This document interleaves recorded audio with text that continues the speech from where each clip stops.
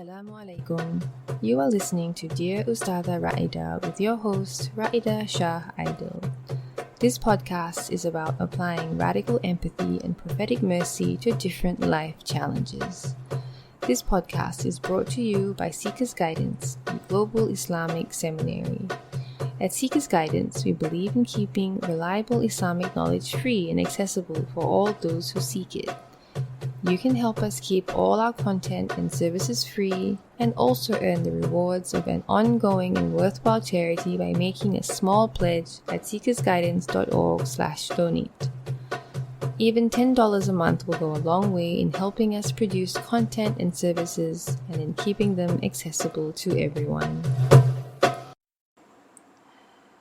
Bismillah, walhamdulillah, wassalatu wassalamu ala rasulillah. Welcome back to Dear Ustadha Raidah. In today's episode, number 3, the title is Mother and Husband Not on Good Terms. Question. Assalamu alaikum wa rahmatullahi wa barakatuh.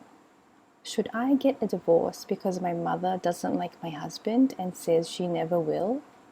She said that if I wanted to leave and go and be with him at my home, she'll take my passport and social away because she knows I can't survive without it. Does that mean my marriage won't be good because she doesn't support it? Does that make me a bad person? She doesn't want to make amends and is making me choose between him or her. Answer. Wa alaikum assalam wa rahmatullahi wa barakatuh. I pray this finds you well. May Allah reward you for reaching out to us. Mother. Dear sister, I am very sorry that your mother is putting you in this impossible situation. When parents are deeply troubled and fearful for their adult children, then they can behave in damaging and controlling ways. What your mother is doing is sinful because she is causing you emotional harm and is trying to break up your marriage. Please do not get a divorce just because of what your mother said. It can be so difficult to make your own choices as an adult when you have a controlling and disapproving parent, but it does get easier with practice and distance. Please know that you can still make choices to protect yourself and your marriage. Do not cut ties with your mother, but do work on setting stronger boundaries. Speak to a culturally sensitive counselor if you need to. It is natural to want to please your mother, but not at the cost of your marriage. Husband. Why does your mother disapprove of your husband? Is he hurting you? Or is he a good man who recognizes the harm your mother is causing you? Dear sister, please know that you are not a bad person. Your marriage can still be a loving and rewarding one. Self-soothe. I encourage you to use apps such as Calm and Headspace to help you make space for your feelings of stress, agitation, and/or anxiety.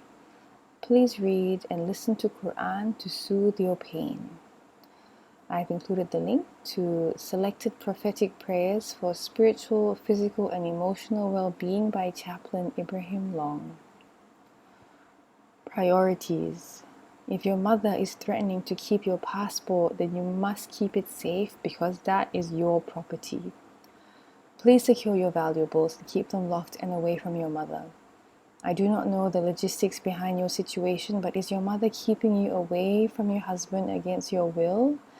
Is there anyone you can call for help? Please gather your belongings, and when you are in a safe position to do so, please return to your husband. Please limit your contact with your mother until your well-being and the safety of your marriage is restored. Time is often the best remedy for broken hearts. That being said, if your mother is determined to still have a poor opinion of your husband, then it is better for you to accept that she will not change. You can still live a good life, have a loving marriage, and raise your children well. It is okay to feel sad that she disapproves of your husband. Just don't let the sadness overtake your entire life and eclipse all of your other blessings. Please keep in touch. I pray that Allah heals your heart, your mother's, and reunites you with your husband. SubhanAllah, this is such a painful question. and I cannot imagine the heartbreak this sister must have experienced. And subhanAllah, one of the hardest things about receiving these questions through the Seekers Hub's question and answer service is oftentimes I don't really get very much information. So I often feel like a detective trying to piece together clues, reading between the lines. And in this case especially, I don't even know where the sister is located. Did she go to visit her mom? And is her mom living overseas from her husband? These are the kinds of things that I'm trying to tease out. But we can zoom out a bit and just reflect on how traumatizing it is as a young woman and a young wife to feel so emotionally blackmailed, essentially, by your own mother, and being told point blank that I'll never approve of your husband, you have to divorce him. Now, having a mother that can even say that is a hint of the context, I suppose, that this young woman must have grown up in. I don't know where her father is. I don't know what her relationship with him is like. I don't know how things even got this bad. It sounds like she married someone against her mother's wishes, definitely, and now her mother wants to exert control over her by, basically threatening to keep her passport and take her social security card away, if I'm reading that correctly. And it's heartbreaking. It's heartbreaking, and unfortunately, it's not uncommon. Parents who do these kind of things are clearly mentally unwell. There's some kind of anxiety or anger or fear of some sort. And in an extreme case such as this one, perhaps even like narcissistic personality disorder, Allahu Alam, it's really hard to say. And the priority here is always safety. And it's always easier said than done to try to uphold boundaries, for example. I mean, the fact that this young woman is in this situation shows that, of course, she's struggling with boundaries. And it just sounds like perhaps her mother is being driven by some deep fear of abandonment. Maybe she feels replaced by a son-in-law. Maybe she feels that, she didn't marry, her daughter didn't marry someone of her choosing. And parents who are very mentally unwell have a very deep control tendency. And the control comes from deep anxiety, and the anxiety is something that they're not dealing with directly. So they have the mistaken belief that, if my child behaves in XYZ way, then I will be happy. So it's got nothing to do with the child's happiness or well-being, clearly, like in this case. So, unfortunately, parents who behave this way are often very resistant to change. So their priority is against safety. This young woman needs to protect herself, her marriage. She needs to find a way to leave this scenario. And it's just so hard because, of course, the commandment to have birrul walidain, that always stays. Even to abusive parents, it's still personally obligatory to treat them with respect and compassion. It's not the case where you're only good to parents who are good to you. There's no character growth in that. But there's tremendous character growth and expiation and growth of patience and forgiveness when we learn to be good to parents who have been terrible to us. But again, that can only really happen with healthy boundaries and healthy distance. And in a scenario like this, I would imagine that professional help is absolutely necessary. And spiritual help too, because again, any Muslim child will carry a lot of guilt, especially when it's all my mother,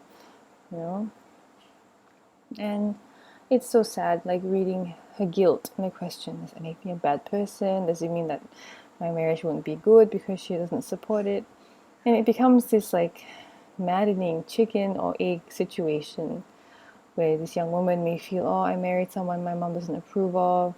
Does it mean that she won't, make dua for me and my husband? Does that mean that my marriage will be doomed?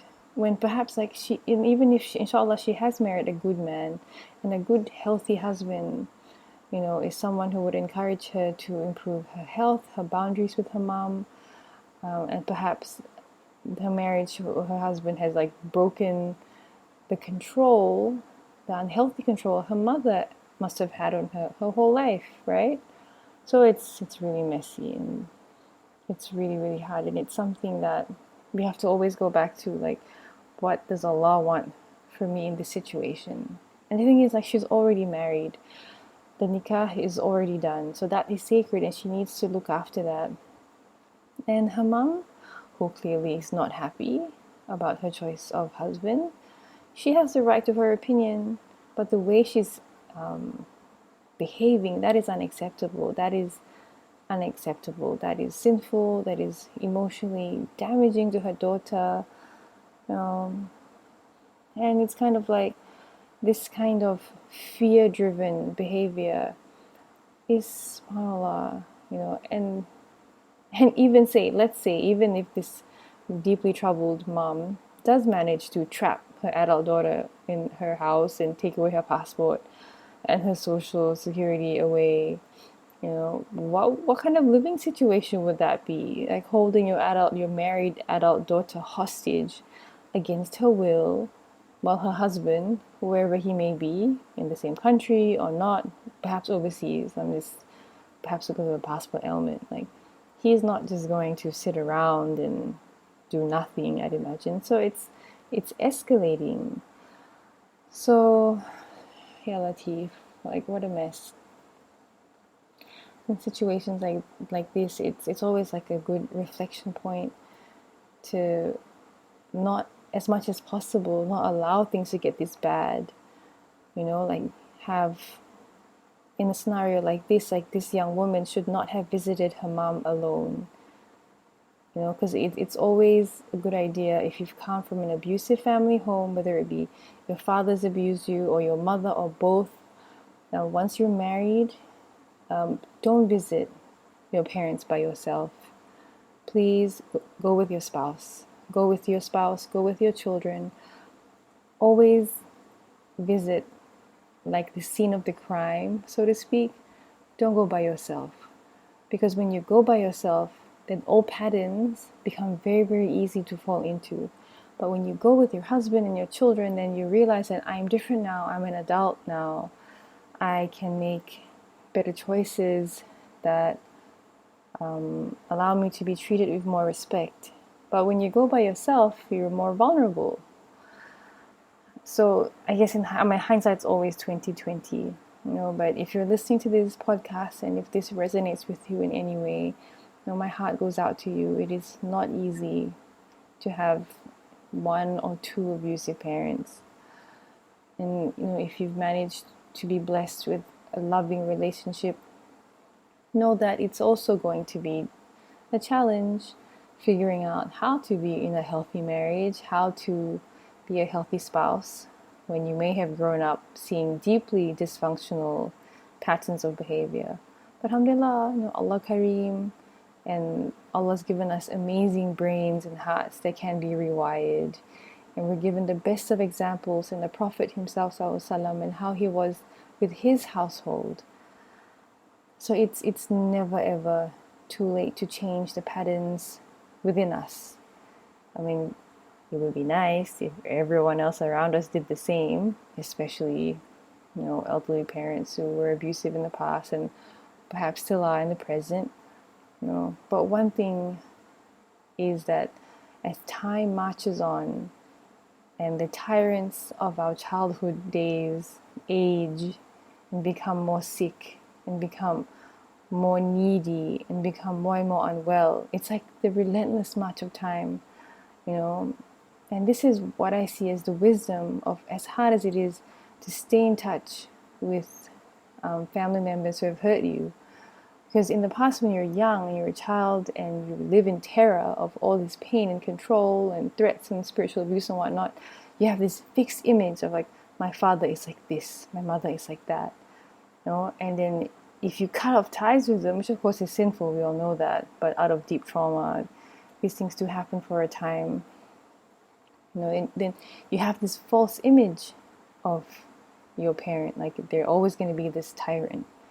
But if you keep in touch anyway, even though it's hard, and Allah reward every child who endeavors to still keep in touch with a difficult parent, then you will see that as you flourish and grow in your adult life and take on new roles as a father or mother and so on and so forth, you will see your parents becoming an elder, your parents' health is failing, your parents have become more and more forgetful, your parents are getting all kinds of different diseases, and what all these things, like, then you will see that no one is free from the march of time, and what it does to us as human beings, because there's always a cycle to life. But right now, in this moment, when this young woman wrote me that question, I'm sure that she was just absolutely terrified and torn and feeling like, will I ever break out of this prison with my mom, And I'm here to tell her and anyone else who's in a similar situation that it does get better. It does get better. Allah never intended for our parents to hurt and control us like this. This is not the way of our deen. A lot of this is just ignorant and fearful, and something that when we become adults and we have our own children, it's actually really troubling when we start to recognize our own patterns when our children start being defiant because they're little and that's what they do. And it sort of reminds us when we were little and the terrible things that happened, when we showed disrespect or, that kind of thing. But those uncomfortable points of being confronted by your own children then can force you to grow and choose differently, like choosing, I'm going to breathe through this. I'm going to choose calm. I'm not going to react. I'm not going to lash out. I'm not going to threaten or control or coerce the way that it was done to me, because we know how much it hurts. And ultimately, like, family, inshallah, is something that we want our children to come back to, like, and it's like with a question like this, like, are we really surprised as a community when, like, our young men and young women seek solace in people who aren't even Muslim, if they've grown up in a Muslim home and Islam is used to threaten and control? It's heartbreaking. So choose peace, choose love, choose compassion, choose a prophetic way. And we cannot control the behavior of parents who may be unwell, who are stuck in fear and control, but we can always realize that we have agency. We have the ability to forgive, to let go, and there's a place for that. The first step is always safety. Establish safety. And in this young woman's case, like, physical safety, like leave her mother's home somehow, get back to her husband, never visit her mom by herself again, consolidate her marriage, strengthen it, feel strong again, then get back in touch with her mom. And her mom may say awful things, find it in her heart to forgive her, send her mom gifts, call during Eid, visit with her husband. I cannot emphasize enough the importance of visiting with her husband, during significant occasions, like never shut that door. Let her mom know when she's expecting, when she has her first baby, these kinds of things. But of course, like, always set protections in place. I think when, I guess, Muslims, we value family, we value community, of course. But unless you yourself have grown up with a mentally unbalanced or abusive parent or parents, it's really hard to imagine even this kind of scenario. So when you speak to peers or like friends who have not gone through anything of the sort, it's kind of like speaking a different language, and then they may say things like, oh yeah, I understand, like, my dad did XYZ, or my mom did XYZ, which is probably like completely not even on the same range, So draw compassion for yourself and know that the lived experience is something that gives great empathy.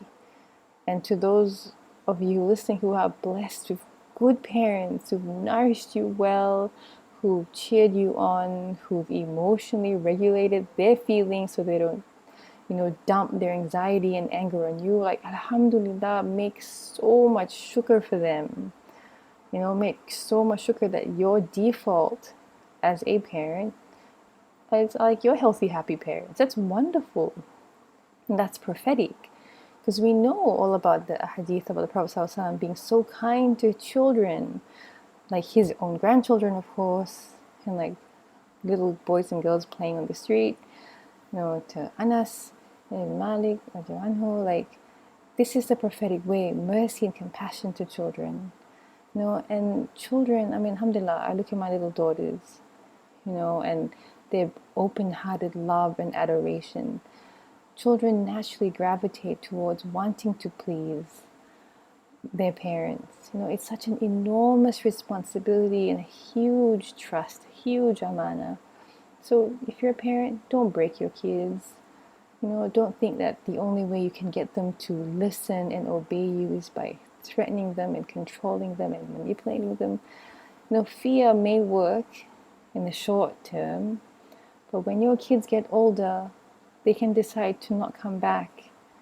And if you've used Islam as a way to frighten them, if you've used Allah as a way to try to corner them and make them feel guilty, they may not want to have anything to do with what you have described as Islam, and that is on you. May Allah protect us all who are parents from ever doing that to our children. We look at the prophetic way of love and mercy. Like when you instill a deep sense of connection with your child, they'll naturally want to please you. They'll naturally, inshallah, in your old age, not abandon you. They'll naturally want to always look out for you, and ask you how you're doing, genuinely enjoy your company, but this can only happen if you choose love. If you don't lash out every time you're mad at your kid for not listening, if you choose to breathe and choose to playfully address issues instead of always yelling and screaming and hitting, that kind of thing. But it's hard work. It's like the hardest work I know I've ever done, trying to do things differently. But it does get easier with practice, and Allah can make anything easy. So I pray that this young woman finds a way out of this situation, finds a way back to her husband, finds a way to visit her mom again with her husband, finds a way to make peace, knowing that my mom is not well, this is why she's behaving, I'm so worthy of love and belonging and a good marriage, and still keep ties with her mom, and may Allah reward her, may Allah heal her mom, may Allah heal their relationship someday. So the point to take away from this, I hope, is to address our issues, work on our anxieties, work on getting help, work on healing our wounds so we don't pass them on to our children. And when you do that, you're raising a generation of calm, loving, resilient young Muslims.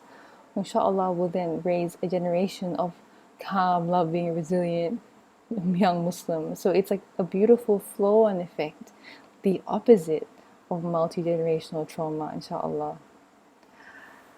So this brings us to the end of today's episode.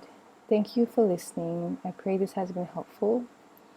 Inshallah, you can stay tuned for the next episode.